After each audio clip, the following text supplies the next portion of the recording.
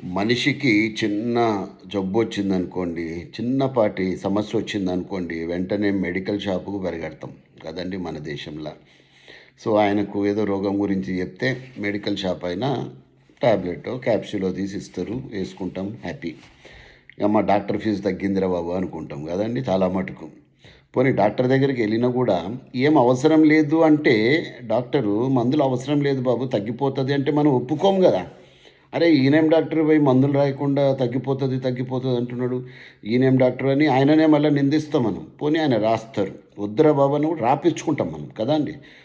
లేదా ఆయన రాయకపోయినా సరే గూగుల్ సెర్చ్ చేసేసి, గూగుల్ ప్రొఫెసర్లు ఉంటారు, ఇక అందులో నుంచి మందులు వేసేసుకోవడం ఇష్టానుసారంగా.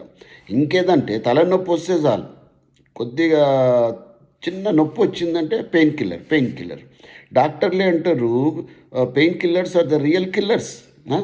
ఇక్కడ రాయరు. మన స్వీడన్లో నేను ఉన్నా కదండి, ఏ రోగం వచ్చినా కూడా ఊరికనే మందులు రాయరంట, రాయరాళ్ళు. ఎందుకంటే అది బాడీ అన్నది దానికి శక్తి ఉంటుంది, దానంతగా అది రిపేర్ చేసుకునే శక్తి ఉంటుంది. అంత అద్భుతంగా భగవంతుడు ఈ శరీరాన్ని డిజైన్ చేసిండు. మనమేం చేస్తున్నామంటే ఆ కాస్త నొప్పి భరించలేకుండా వెంటనే ఒక బ్రూఫిన్నో లేకపోతే ఏదో ఒక పెయిన్ కిల్లర్ వేసుకోవడం, దాని యొక్క పర్యవసానాలు ఉంటాయి. అది ఊరికనే పోదు. అందుకే అంటారు చూసిండ్రా, ఇప్పుడు ఒక ట్యాబ్లెట్ వేసుకుంటే రోగం నుంచి నయం అవ్వడం ఒక ఎత్తు అయితే, ఆ వేసుకున్న మందు యొక్క సైడ్ ఎఫెక్ట్స్ నుంచి మళ్ళీ రికవర్ అవ్వడం అదొక ఎత్తు అనమాట. పెయిన్ కిల్లర్ వల్ల ఏమవుతుందండి, అందరికీ తెలిసిన సత్యమే ఇది.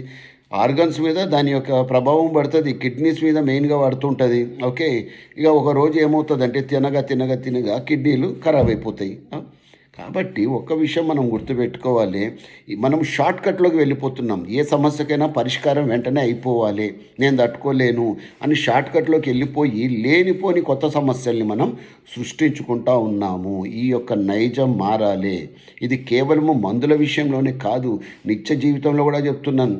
అయ్యా ఏదన్నా చిన్న తప్పుడు పని చేస్తాం, వెంటనే పాప పరిహారం చేసుకున్నానండి, అమ్మయ్యా ఆ పాపం కడగబడింది అంటారు. ఎట్లా కడగబడుతుందండి? చేసిన తప్పు ఊరికనే పోతాయా? You have to face the consequences one day or the other.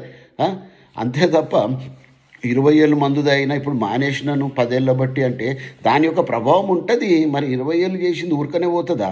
దాని యొక్క ప్రభావం గ్యారంటీగా ఉంటుంది. Body will take some time to recoup. కాబట్టి మిత్రులారా, ఏది కూడా మనము షార్ట్కట్లో పని అయిపోవాలి, నొప్పి తగ్గిపోవాలి, షార్ట్కట్లో ఏ పని కూడా చేయకండి. There is no shortcut for success అన్న సత్యాన్ని మర్చిపోవద్దు.